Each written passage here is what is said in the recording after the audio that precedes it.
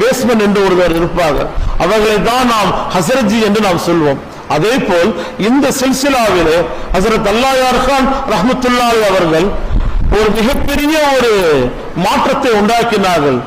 ஒவ்வொரு தரிகாவிலும் ஒரு மனிதனுடைய கல்வை சரி செய்து அவர் ஹுசூருடைய தர்பாருக்கு செல்லுவதற்கு முன்பே அவருக்கு மௌத் என்பது அவருக்கு வந்து விடுகின்றது.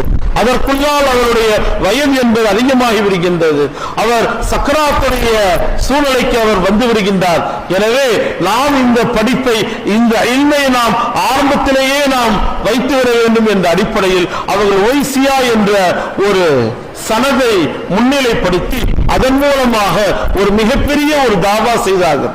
லட்சக்கணக்கான ஆயிரக்கணக்கான மனிதர்களை நபி ஸல்லல்லாஹு அலைஹி வஸல்லம் அந்த தர்பாரில் அவர்கள் உட்கார வைத்தார்கள். அந்த அடிப்படையில் தான் இந்த சில்சிலாவை நாம் அதிகமாக ஒய்சியா என்று நாம் சொல்கின்றோம்.